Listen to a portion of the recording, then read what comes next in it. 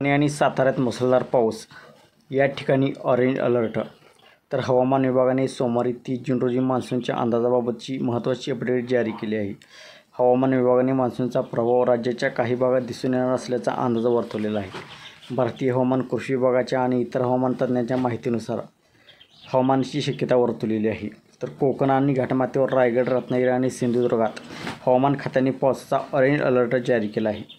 30 जून रोजी मुसळधार ते अतिमुसळधार पावसाची शक्यता. मुंबईत पावसाच्या संततधार, काही ठिकाणी जोरदार पाऊस अपेक्षित राहील असा हवामान खात्याचा अंदाज आहे. तर मध्य महाराष्ट्रातील पुणे आणि साताऱ्यात मुसळधार पावसाचा अंदाज आहे.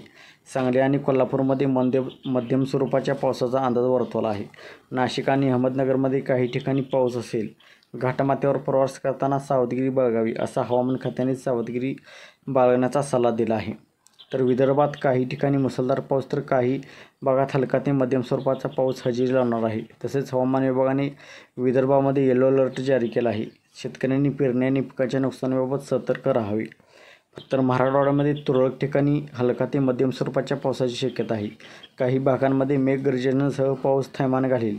हवामान विभागाने पाण्याचा योग्य वापर आणि पिकांच्या संरक्षण करावे असा हवामान विभागाने सल्ला दिलेला आहे.